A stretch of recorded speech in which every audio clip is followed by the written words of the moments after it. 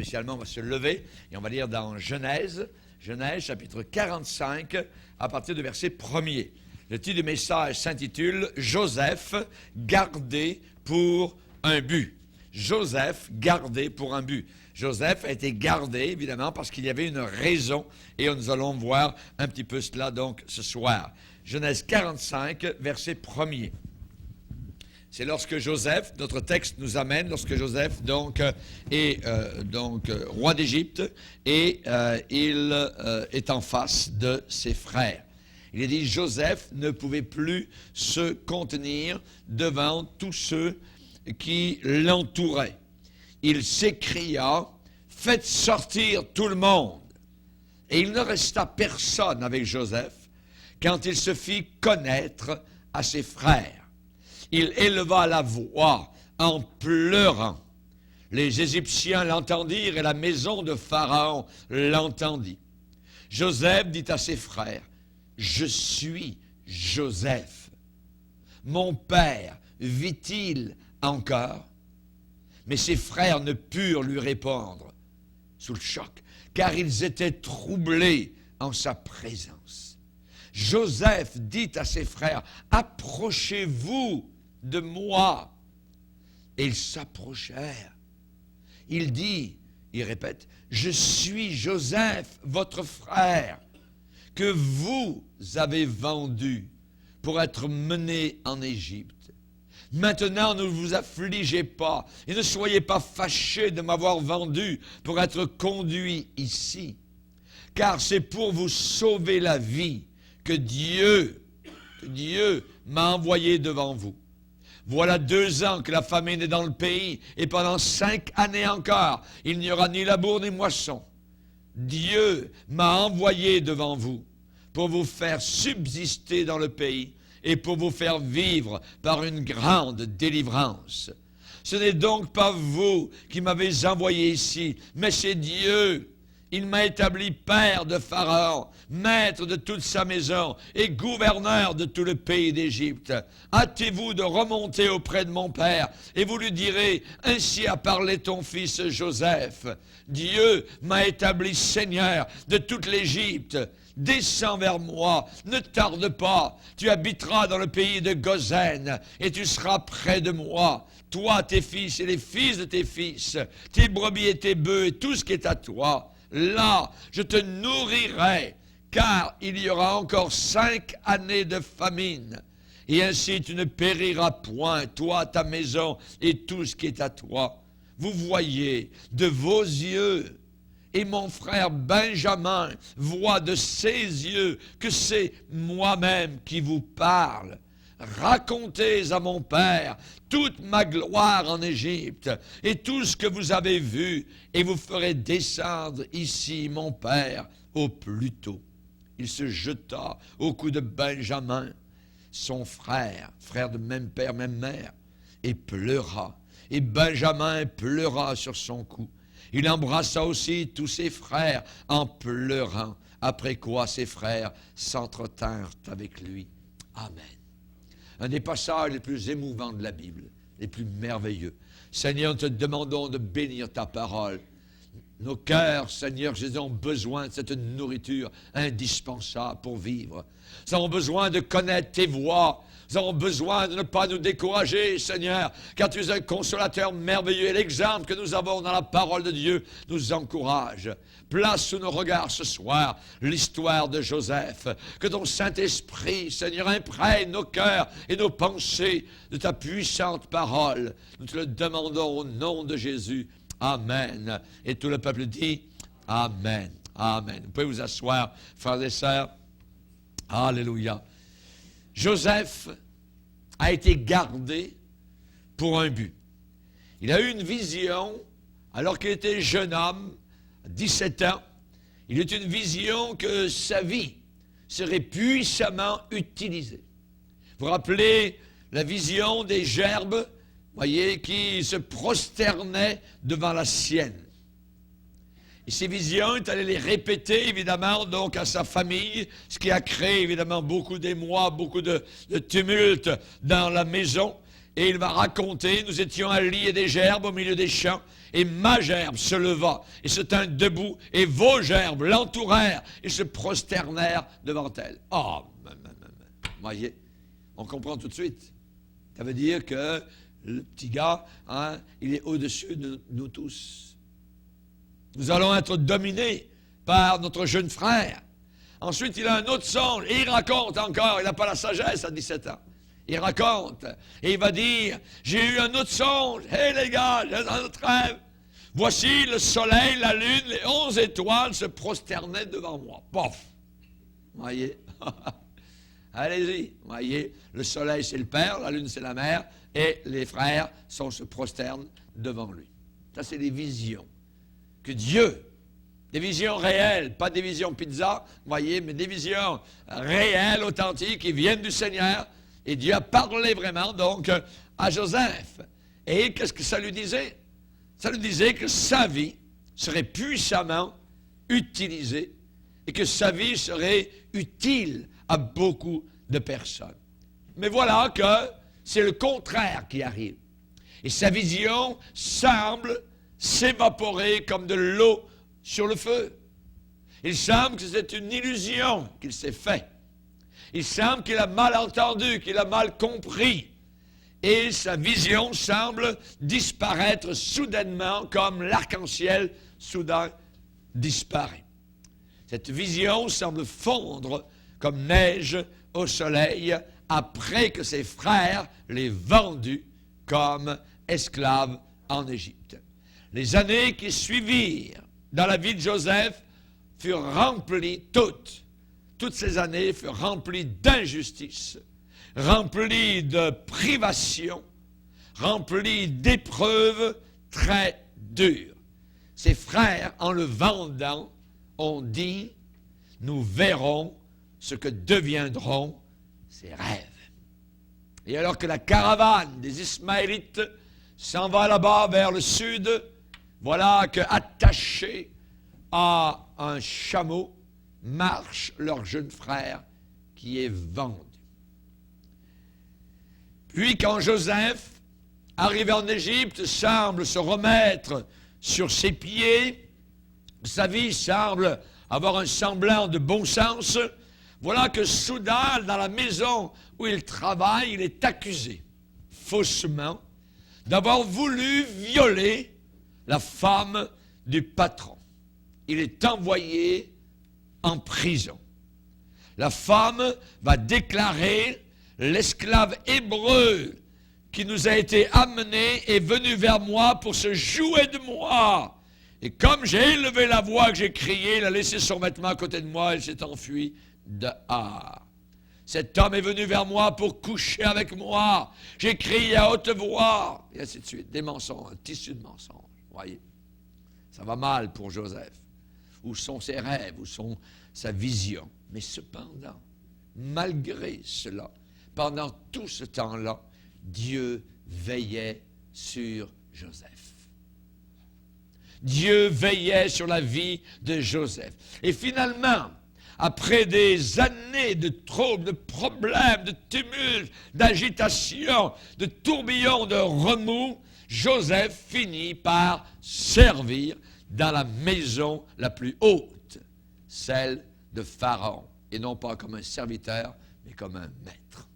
La vision s'accomplit, sa gerbe s'est levée. Chers amis, il est nommé par Pharaon régent sur tout le pays d'Égypte.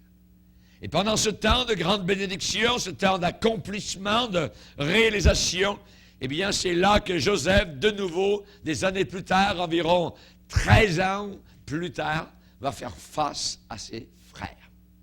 La dernière fois qu'il les a vus, ils étaient heureux, ils étaient contents. Et maintenant, ses gerbes sont à ses pieds.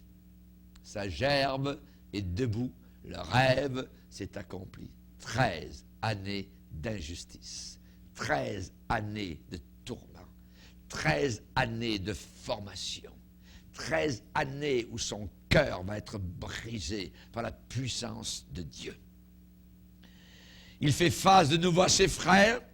Une famine avaient frappé le pays, et ils étaient venus du nord d'Israël jusqu'en Égypte à pied chercher du grain. Quand Joseph les voit, il élève la voix et se met à pleurer. Joseph, le grand monarque, celui qui est caché derrière toute la parure égyptienne, ses frères pensent avoir affaire à un jeune régent pharaonique, voyez, et qui est là, qui règne sur le pays d'Égypte. Ils ne savent pas que c'est leur propre frère. Rendez-vous compte. Quand Joseph les voit, là où nous sommes rendus à Genèse 45, Joseph se met à pleurer. Il élève la voix, il ne peut plus se contenir. Il ne peut plus se contenir. Il aurait pu se venger. Il aurait pu se venger. Mais il dit à ses frères, approchez-vous de moi. Je suis Joseph. Ils ont la bouche fermée. Leur cœur s'arrête de battre. Approchez-vous de moi. Je suis Joseph. Hein? Votre frère, celui que vous avez vendu. Il leur rappelle quelle sorte de frère il est pour eux. Celui que vous avez vendu pour être mené en Égypte. Dans cette petite phrase, il y a suffisamment de choses pour que ce soit vrai. Ils se rendent compte que c'est vraiment, ils n'en reviennent pas, c'est impossible.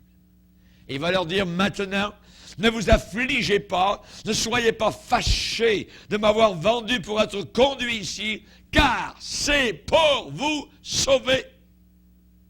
C'est pour vous préserver la vie que Dieu m'a envoyée devant vous. C'est pas vous. Oui, c'est vous, mais c'est pas vous. C'est Dieu.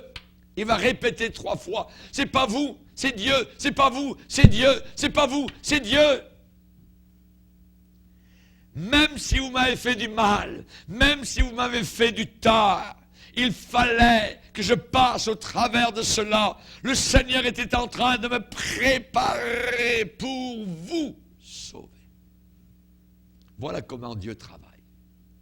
Dieu travaille non pas comme les hommes. La façon avec laquelle Dieu travaille, c'est une façon totalement différente. Dieu va dire, mes pensées ne sont pas vos pensées, mes voix ne sont pas vos voix, autant les cieux sont élevés au-dessus de la terre, autant mes voix sont élevées au-dessus des vôtres. Dieu était en train de préparer un homme pour sauver un reste. Je n'ai que Jésus. Je n'ai que lui. Dieu, actuellement, est en train de susciter un groupe Joseph. Un groupe que j'appelle un groupe Joseph. Dans chaque génération, Dieu a ce groupe Joseph. Et Dieu fait passer ses serviteurs dévoués, consacrés, au travers de quoi? Il va les faire passer au travers de plusieurs années de troubles, d'épreuves, de difficultés, plus d'injustice. L'injustice. Et Dieu va travailler. Dieu va nous placer sur l'enclume et il va envoyer le marteau. Il est le maréchal Ferrand. Il travaille le fer. Il met le feu. Il enlève les scories. Il frappe. Et ainsi de suite. Et on se dit, Seigneur, tu vas me réduire en poussière. Je vais juste être contenu dans une petite cuillère tout à l'heure. Voyez, s'il te plaît, Seigneur, calme le feu. La fournaise est trop haute. Non. Dieu est en train de faire ce qu'il veut faire. Pour éprouver leur foi, pour fortifier leur foi. La Bible ne parle-t-elle pas de l'épreuve de votre foi? Cette foi, si je l'ai, Dieu va la mettre à l'épreuve. Dieu va la placer dans la fournaise. Dieu va la placer sur l'enclume. Dieu va la mettre dans la tempête. Il va nous éprouver l'épreuve de votre foi. Pourquoi fait-il cela avec le groupe des Joseph? Pour les délivrer de beaucoup de pièges sataniques.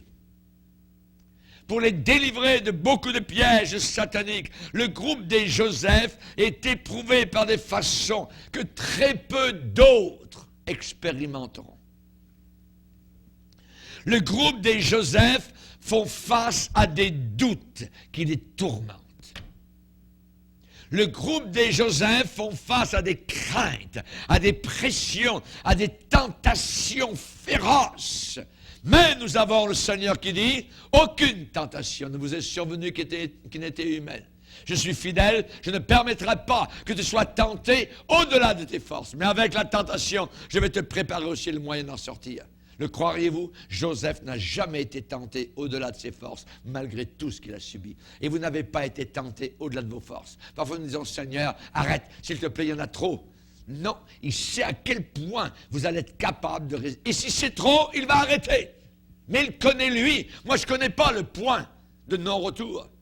Mais lui connaît, le Seigneur, le point où je ne pourrai plus supporter. Et il va stopper avant que je craque. Exactement comme un bateau en mer qui est chargé, ou le pétrolier sur lequel je naviguais. Nous avions sur la coque des marques. Et le remplissage de pétrole se faisait dans les ports pétroliers. Et à un certain moment, jour et nuit, le pétrole rentrait, le pétrole brut, noir. Et ça sentait le pétrole partout. Et à un moment donné, jour et nuit, une sentinelle. Et quand le bateau baisse dans l'eau, et on voit les marques qui descendent dans l'eau, voyez, à un certain moment donné, il faut fermer complètement les vannes pour arrêter. Pourquoi? Parce que ce serait trop dangereux en haute mer ou en tempête pour la vie des marins et pour aussi la cargaison. Et Dieu sait, jour et nuit, à quel point on est chargé, accablé. Et là, il va savoir la cote sur notre coque spirituelle pour fermer au bon moment la vanne, parce qu'en haute mer, nous serions en danger de perdition.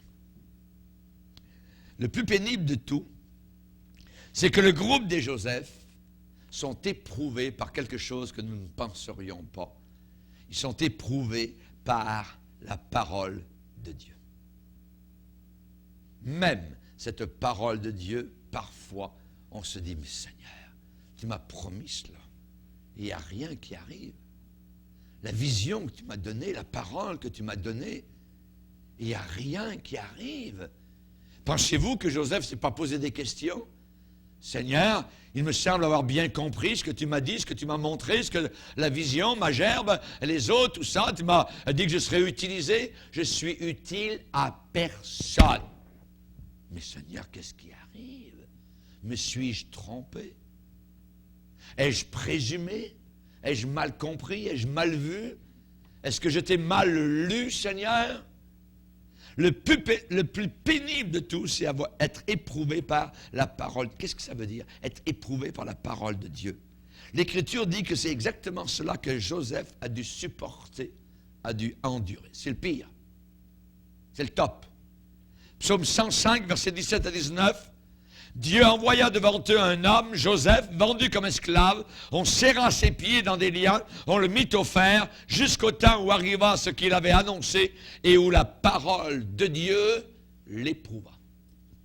Et où la parole de Dieu le mit à l'épreuve.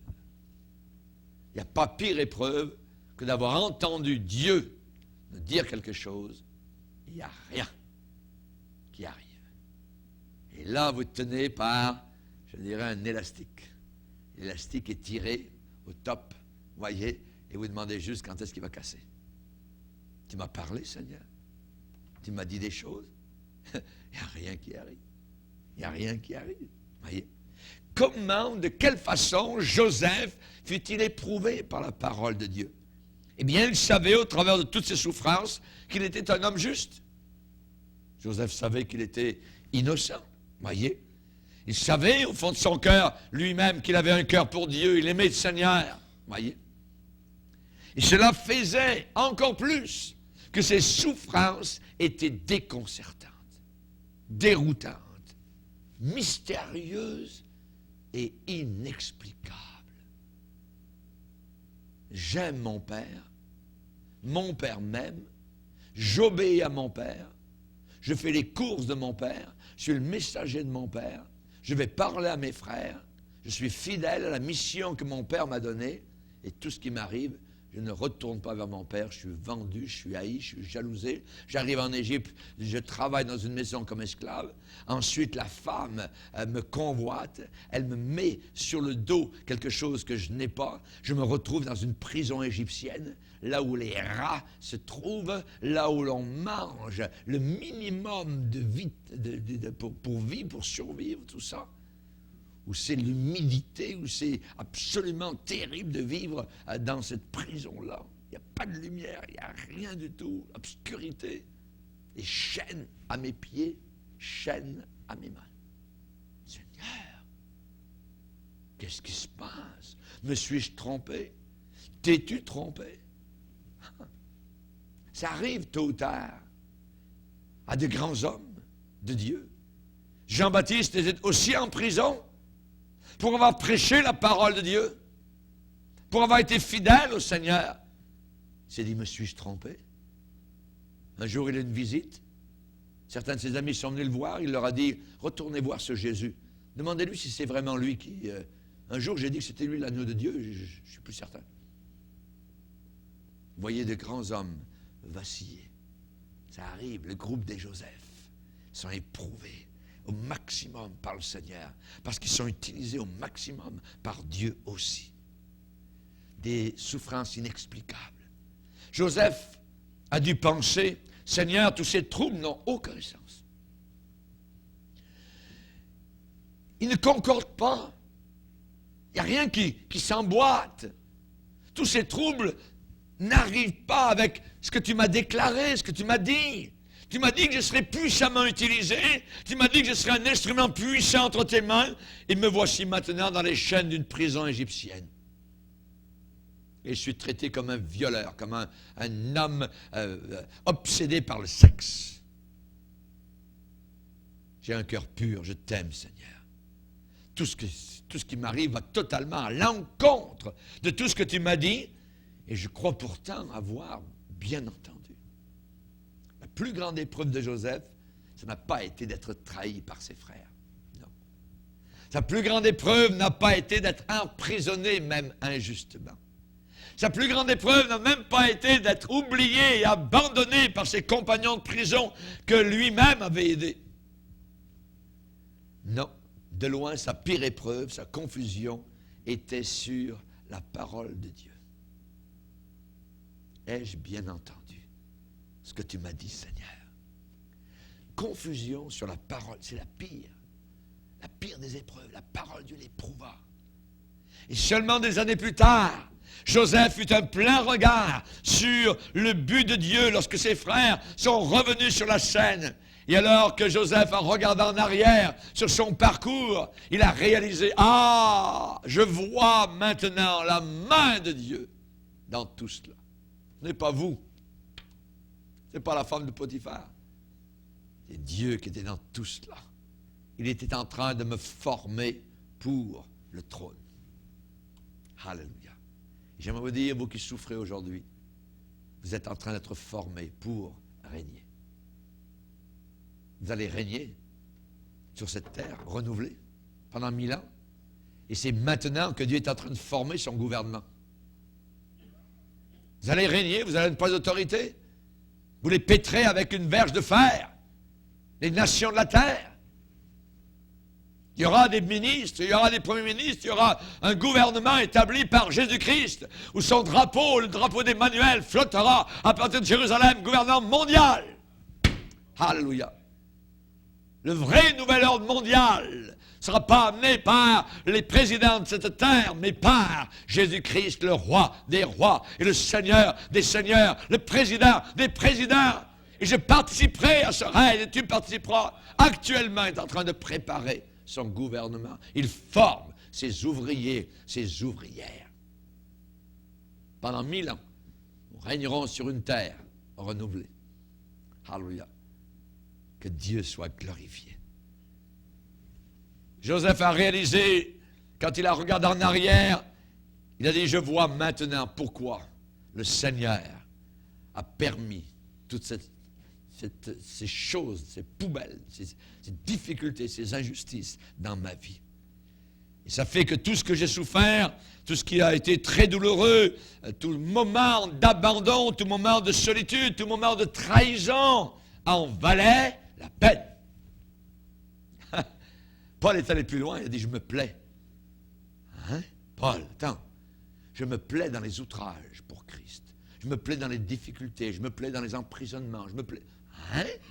Comment peux-tu trouver un plaisir, une joie de subir des outrages pour le Seigneur Jésus-Christ? Paul vous répondra avec un grand sourire, c'est un privilège, mon frère. C'est un privilège de souffrir pour le nom du Seigneur Jésus-Christ. Joseph a fait la paix avec son passé.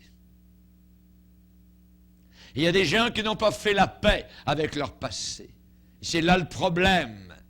Ils aiment le Seigneur, mais ils n'ont pas fait la paix. Il y a encore des réminiscences, il y a encore des charbons rouges, il y a encore des lumignon de vengeance qui fument dans leur âme. Joseph avait fait la paix avec son passé parce qu'il y a vu la main de Dieu. Il y a vu la main de Dieu. N'oubliez pas la parole qui dit « Dieu n'abandonne pas ses fidèles, ils sont toujours sous sa garde. » Confie-toi en l'Éternel de tout ton cœur, reconnais-le dans toutes tes voies, il aplanira tes sentiers. Beaucoup de chrétiens aujourd'hui sont dans la même prison que Joseph. Dans la même prison que Joseph. Le Seigneur a encore aujourd'hui un groupe de Joseph, des hommes, des femmes pieux, qu'il a touchés, qu'il a appelés. Ces gens-là ne recherchent pas la reconnaissance des hommes, l'approbation des hommes. Ils ne recherchent pas la renommée, la prospérité, la réputation, les richesses. Ils ne recherchent pas à se faire un grand nom. Tout ce qu'ils veulent, c'est vivre et mourir en accomplissant le plan que Dieu a pour eux dans leur vie sur cette terre. C'est ça leur but. Je ne veux pas vivre vieux. Je ne veux pas vivre, je dirais non plus mourir jeune. Je veux vivre le temps que Dieu a prévu pour moi sur cette terre. C'est ça le plus important, c'est le meilleur. Amen. Gloire au Seigneur. Paul a dit, je ne fais aucun cas de ma vie pourvu que j'accomplisse ma course avec joie et que je finisse ma course et le ministère que Dieu m'a demandé d'accomplir. Le Seigneur a promis pour ces gens-là, c'est Joseph, que leur vie compterait pour son royaume. Il leur a promis. Cependant, beaucoup se trouvent dans la même prison que Joseph. Et leur vie est remplie de troubles. Leur vie est remplie de problèmes de tout bas. Ils ne comprennent pas leur épreuve. Ils sont comme Joseph. Ils plaident devant Dieu. Seigneur, pourquoi ça m'arrive? Ça n'a aucun sens. Tout ce que j'ai voulu, c'est te servir. Tu m'as promis que ma vie serait utile à ta gloire. Dieu n'a-t-il pas dit une promesse dans Ésaïe? Le peuple que je me suis formé publiera mes louanges. Il faut que tu publies les louanges du Seigneur, même au travers de ton épreuve. Il faut que tu le loues. Alléluia. Chaque jour, oui. David a déclaré cela. A-t-il eu des épreuves, lui aussi? Il avait un renard qui le suivait partout. Il avait, je dirais, un Saül qui était toujours là dans l'ombre, en train de vouloir le tuer. David a écrit que ma bouche soit remplie de tes louanges, que chaque jour elle te glorifie. Notez chaque jour. Il a dit, ma bouche publiera ta justice et ton salut chaque jour. Ma langue chaque jour publiera ta justice. Psaume 71, 3 fois elle va dire chaque jour. Psaume 68, béni soit Dieu chaque jour. Psaume 35, ma langue célébrera ta justice et dira tous les jours ta louange. Psaume 145, je bénirai ton nom à toujours et à perpétuité. Chaque jour, je te bénirai. Comment pouvait-il faire ça chaque jour? Alors qu'il avait les stalactites dans les grottes et qu'il était en compagnie des chauves-souris, alors qu'il était dans les cavernes, il avait quelque part toujours son pad, vous voyez, et son crayon. Il avait son pot d'encre, je ne sais pas comment ils écrivaient à cette époque-là, mais il écrivait, c'était un poète, il écrivait des louanges au Seigneur. Alléluia. Tout le temps il louait le Seigneur. David, alléluia, c'était merveilleux. Un homme de Dieu, un homme selon le cœur du Seigneur. À la louange de sa gloire. Nous voyons cette expression revenir 3 fois dans Éphésiens, 1er chapitre. J'ai été créé à la louange de sa gloire. Tu as été créé pour louer sa gloire. Pas pour lui poser des questions. Qu'est-ce qui m'arrive? Pourquoi c'est? Pourquoi ça? Puis, non. Pose pas de questions. Loue le Seigneur. Loue le Seigneur. Loue ton Dieu. Hallelujah. Loue-le. Gloire au Seigneur. Amen. Mais certains vont dire, mais j'ai jeûné, j'ai prié depuis si longtemps. Seigneur, j'ai toujours voulu plus de toi. Mais ce qui m'arrive, ça ne peut pas être ta volonté pour moi. Moi, je peux vous dire, je connais cette forme d'angoisse. Je sais ce que c'est que de supporter, d'endurer les assauts après assauts d'accusations venant de l'enfer. Et si vous êtes un véritable chrétien de la race de Joseph, vous allez subir aussi les mêmes assauts. Les accusations, les mensonges, la saleté, la boue qui vous sera lancée en plein visage de la part de Satan et de l'enfer. C'est normal. Ils sont allés jusqu'à arracher la barbe de Jésus, mon sauveur. Souvent, j'ai prié parfois dans de tels moments et j'ai ressenti parfois que les cieux étaient comme de l'airain. Pas de réponse. Vous entrez dans votre temps de prière, vous ressortez 1 heure ou 2 heures après votre temps de prière et c'est comme si vous n'aviez rien fait, comme si Dieu s'en foutait de vous, comme s'il n'y avait aucune réponse. Non. Mais c'est ce que vous ressentez. Ça ne veut pas dire que c'est ressenti de la même manière là-haut dans le ciel. Quand vous avez le cancer, et que vous avez cancer après cancer dans votre famille, et vous aimez Dieu, et vous servez Dieu, après des années de marche avec Dieu, cette personne peut voir clairement la main de Dieu dans les épreuves variées que le chrétien doit subir ici-bas sur cette terre. C'est un champ de bataille. Ce n'est pas un paradis sur la terre. Si c'était le paradis, on n'aurait plus besoin du paradis là-haut. C'est un champ de bataille. C'est bon, revoyez quelques films de guerre, voyez. Revoyez le film du débarquement des Alliés. Vous allez voir tous ces jeunes gens du Canada et d'ailleurs qui se sont fait tuer comme des lapins quand ils sont arrivés sur les côtes de Normandie. C'est la guerre. Combien de chrétiens se font tuer comme des lapins par Satan, par les démons? Dès qu'arrive une épreuve, ils lâchent tout de suite. Pourquoi? Parce qu'on leur a dit le succès, on leur a parlé de prospérité, on leur a parlé que Dieu toujours serait sous leur chemin avec un petit tapis rouge. Non.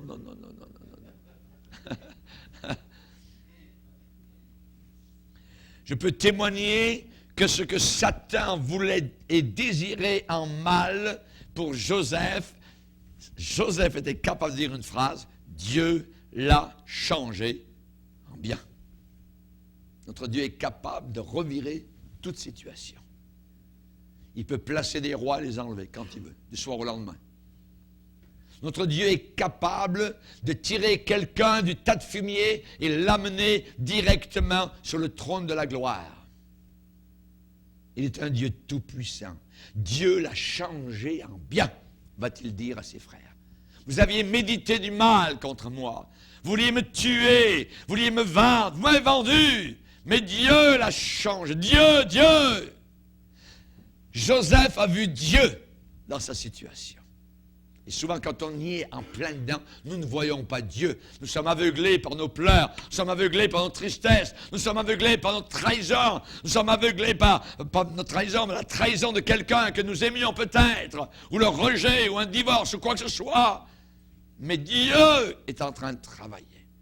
Le Seigneur peut changer cela en bien. Vous aviez médité de me faire du mal, Dieu l'a changé pour accomplir ce qui arrive aujourd'hui, pour sauver la vie à un peuple nombreux. Dites-vous, Dieu est en train de me former pour quelque chose de meilleur. Dieu me forme. Je suis à son école. Je suis sur le terrain de training. Hallelujah. Gloire au Seigneur. Êtes-vous emprisonné dans une situation désespérée? Vous n'avez aucun espoir, il n'y a aucune porte de sortie, il n'y a aucune lumière au bout du tunnel, le tunnel est bouché complètement, il n'y a rien, vous ne pouvez même pas en sortir.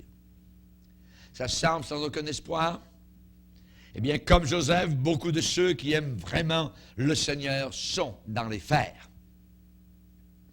Vos pieds sont serrés, vos mouvements sont serrés, enfermés dans des liens.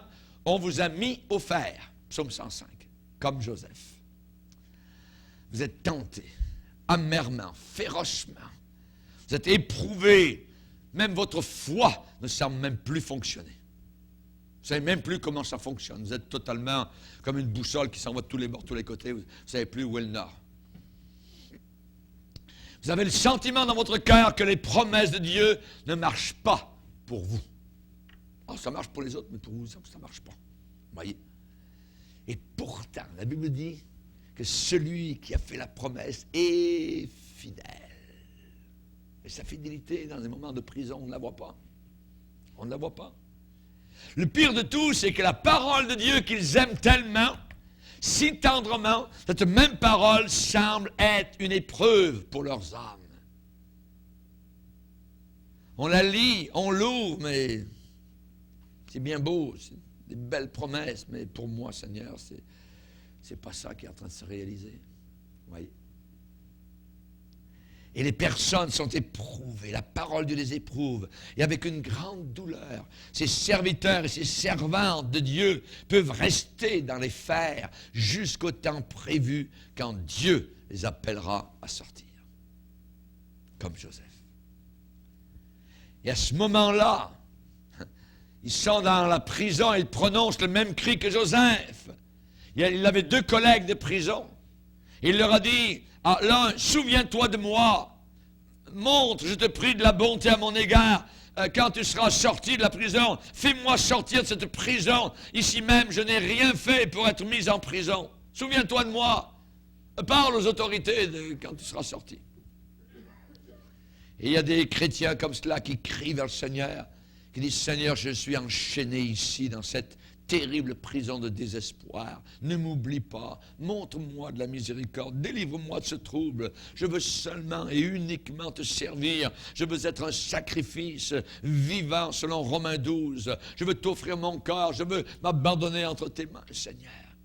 Si vous connaissez cette sorte de cri, alors vous faites partie de la compagnie des Joseph. Si vous ne connaissez pas ce cri dans votre cœur, vous ne faites pas partie de la compagnie des Joseph, ceux qui vont être utilisés par le Seigneur. N'ayez pas peur des épreuves. Nous voulons éviter les épreuves. Nous voulons que tout marche bien et qu'on n'ait pas aucun problème. Non, Dieu dit, il va y avoir des problèmes. Vous aurez des tribulations dans le monde.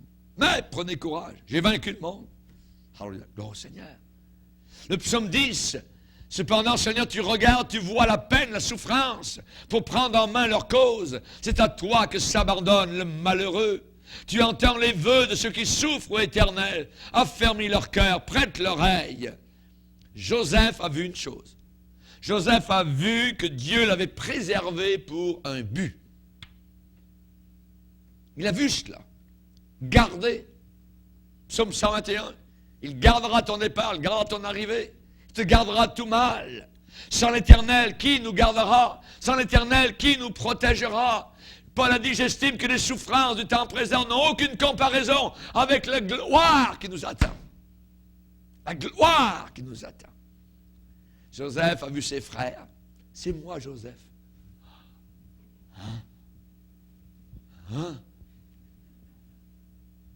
Le roi d'Égypte et Joseph. Joseph, on s'en souvient.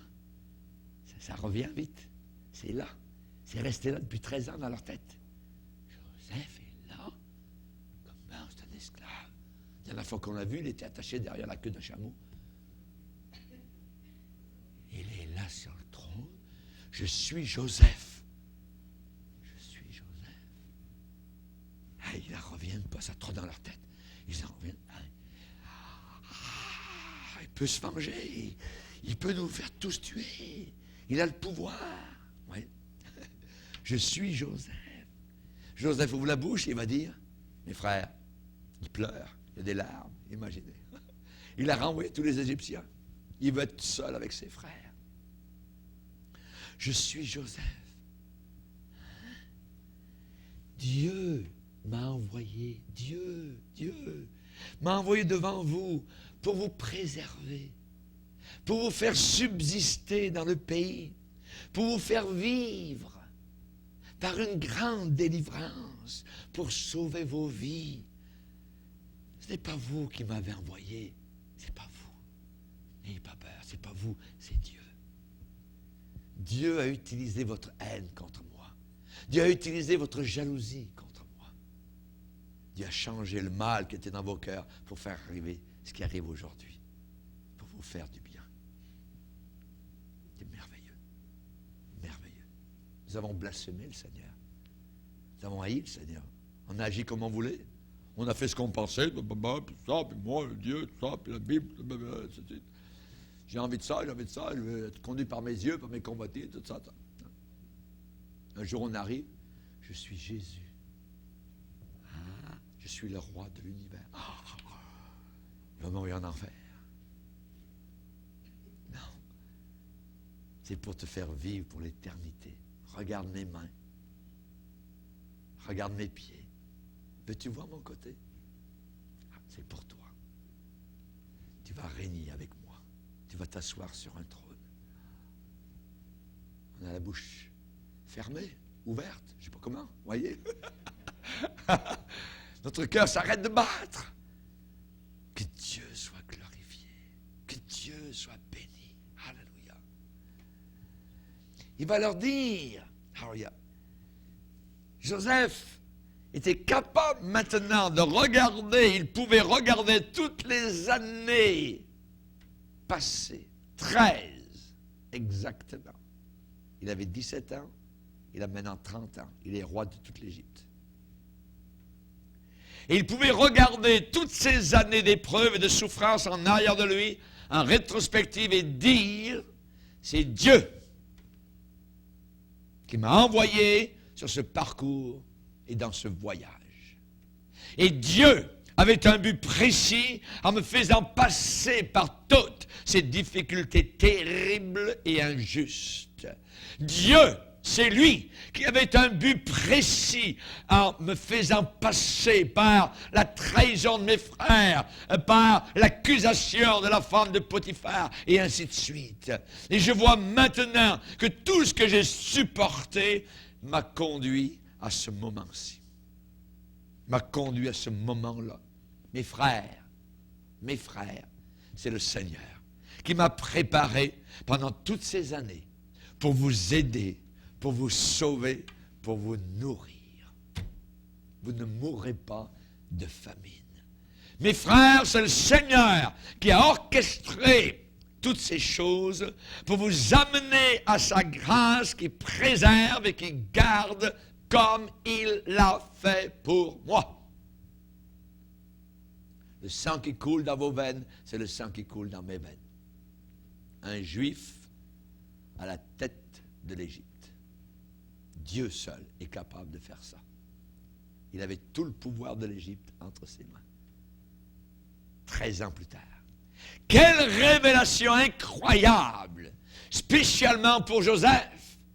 Et c'est ici la leçon pour le peuple de Dieu aujourd'hui. La voilà. C'est que le Seigneur nous a préservés dans le passé et il nous préservera dans les jours à venir.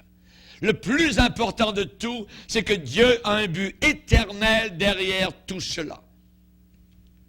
Pensez, réfléchissez. Toutes les calamités que nous voyons autour de nous actuellement, calamités récentes, ouragans, terrorisme, tremblements de terre, économie chancelante, le péché qui augmente à une vitesse folle, notre société qui est engloutie dans la peur. Certaines personnes, au milieu de ça, invoquent Dieu comme jamais auparavant.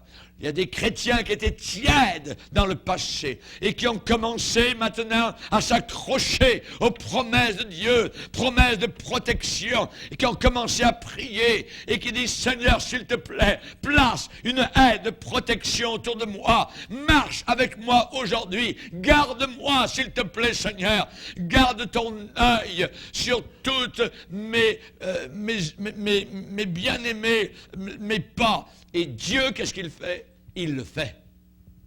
Dieu les garde. Pensez à votre propre cheminement. Depuis le jour où Jésus est entré dans votre cœur.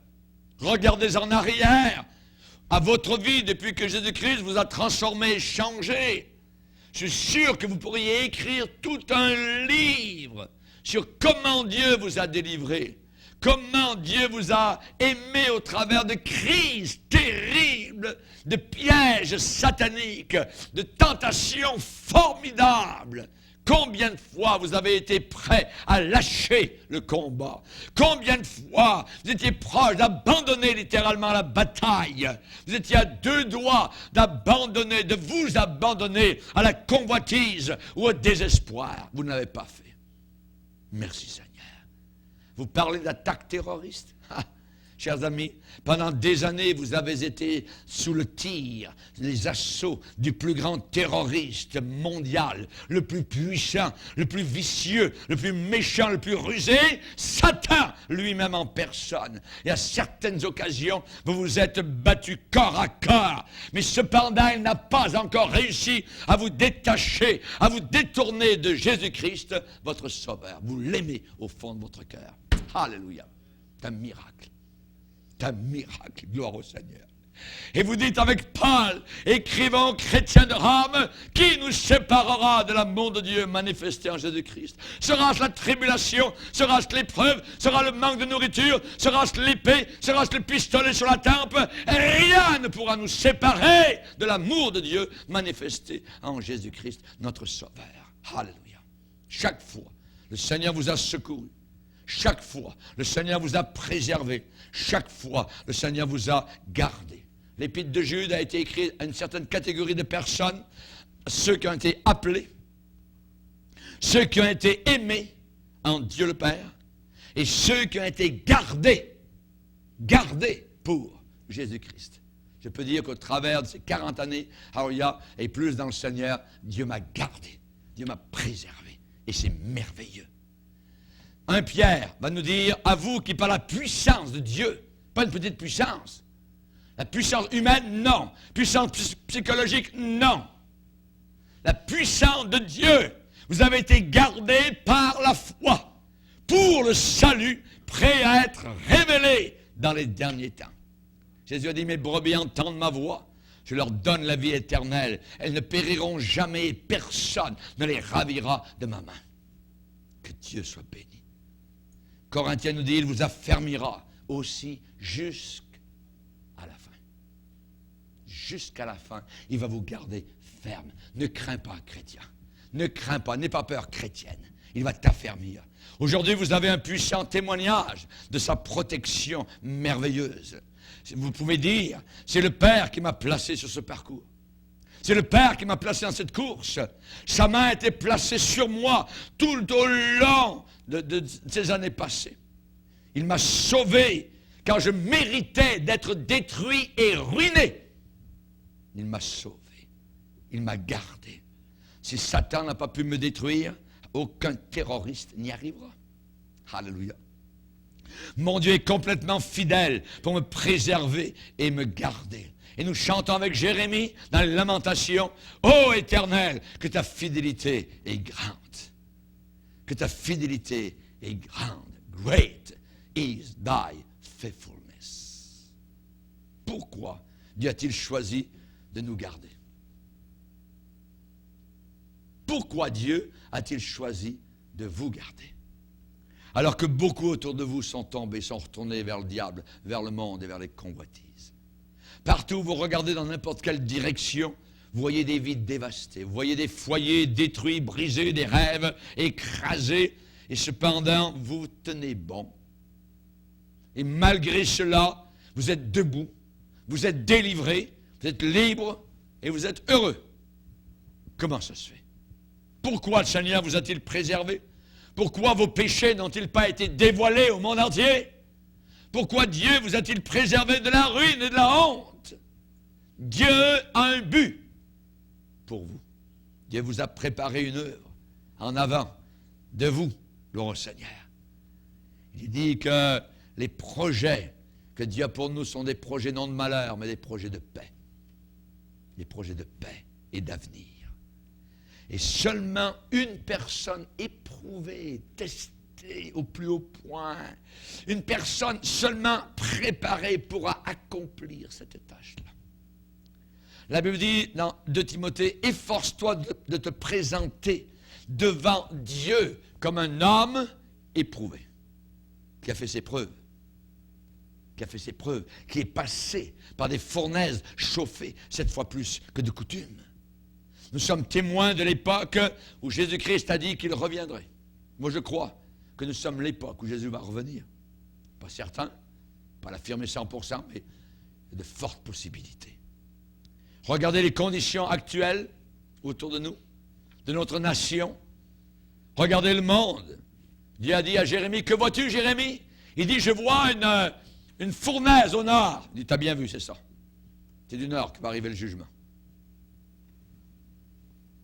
Je vois actuellement les prophéties de Jésus-Christ en train de s'accomplir directement sous nos yeux. Il a dit, sur la terre, il y aura de l'angoisse chez les nations qui ne sauront que faire. Il a parlé d'âmes, les âmes des hommes qui seront dans la terreur, dans l'attente de ce qui surviendra pour la terre, parce que les puissances des cieux seront ébranlées. Les puissances des cieux seront ébranlées. Paul a parlé de cette époque. Il a dit, quand les hommes diront paix et sûreté, une ruine soudaine les surprendra et ils n'échapperont pas. Ils n'échapperont pas. On voit que Paul va décrire les gens qui vivront cette époque satisfaits d'eux-mêmes, suffisance, apparence de sécurité, vivant de façon orgueilleuse, se moquant littéralement de Dieu, se glorifient et vont dire, nous avons réussi à mettre la paix sur la terre. Mais cependant, au moment même où ces gens se sentiront le plus en sécurité, une ruine soudaine les surprendra. Ils n'échapperont pas, comme la femme qui est dans les douleurs doit enfanter. Ils n'échapperont pas. Va arriver une destruction. Soudain, la paix qu'ils chérissaient tellement va disparaître, va s'évaporer. La Bible dit, il n'y a pas de paix pour les méchants. Il n'y a pas de paix pour les méchants, c'est impossible. Du jour au lendemain, la société sera submergée par la peur. Les Nord-Américains ont joué de la sécurité incroyable depuis des générations. Il n'y a pas eu spécialement d'attaque extérieure, mais la Bible dit, ils n'échapperont pas. Ils n'échapperont pas. Et nous voyons aujourd'hui les jours dont Jésus a parlé, dont Paul a décrit vraiment une époque que je n'aurais jamais pensé moi-même vivre. Nous sommes là, en train de voir cela. Mais nous n'avons pas besoin, nous chrétiens, d'avoir peur. Non. Voyez, notre Seigneur a préservé une compagnie de Joseph pour une telle époque. Et Paul a dit aux Thessaloniciens qu'ils étaient préservés, gardés. Quoi qui est gardé? Leur esprit, leur âme et leur corps. Esprit, âme et corps. Voici le but de Dieu derrière tout cela, c'est d'accomplir une œuvre de foi avec puissance. Paul va dire qu'il accomplisse, que Dieu accomplisse par sa puissance tous les desseins, les projets bienveillants de sa bonté et l'œuvre de votre foi pour que le nom de Jésus-Christ soit glorifié en vous et que vous soyez glorifiés en lui. Alléluia! Alléluia! Gloire au Seigneur. Vous êtes appelés à accomplir une œuvre de foi. Quand vous êtes tentés de tout abandonner, de tout lâcher, c'est là qu'il faut rester. Il faut rester par la peau des dents s'il le faut, mais on reste. Alléluia. On prie, on ne lâche pas. Alléluia. Merci Seigneur. Que Dieu soit béni. C'est le temps de se lever pour accomplir l'œuvre de votre foi. Comme Paul a dit, ce n'est pas le temps pour une foi timide. Non, non, non, non, non. Dieu ne nous a pas donné un esprit de timidité, mais un esprit de foi, de force, d'amour. Gloire au Seigneur. C'est cet esprit qui est en nous. C'est le temps où chaque chrétien qui a supporté dans le passé de grandes épreuves doit faire un pas de l'avant. Notre capitaine du salut nous appelle à nous lever au milieu d'une génération qui a peur, nous lever, nous tenir debout avec la puissance de la foi chrétienne et faire la déclaration de Joseph, Dieu m'a envoyé devant vous pour vous faire vivre par une grande délivrance. Alléluia. Notre Dieu veut utiliser encore ses enfants. Il veut utiliser notre Église. Alléluia. Et si encore, alléluia, je dirais, il y a des attaques surprises comme celle du 11 septembre 01, si encore il y a un événement terrible qui arrive, s'il y a encore un tsunami quelque part, nous ne serons pas surpris. Nous avons été avertis. Nous avons été avertis. Tout le long du chemin, Dieu a préparé son groupe de Joseph pour ces moments-là. Dieu les a préparés. Dieu les a fait passer par le feu et l'eau, par les maladies, par les épreuves, par les tristesses, par les tentations, par les craintes. Il les a fait passer par toutes sortes d'épreuves. Et au travers de cela qu'est-il arrivé, leur foi a émergé comme un sous-marin qui sort de l'océan. Merci Seigneur. Ne crains rien, je suis avec toi. Alléluia. Je te garderai ton départ et ton arrivée. Heureux l'homme qui supporte patiemment la tentation, car il recevra la couronne de vie. Alléluia. Supporte les souffrances, Timothée. Supporte.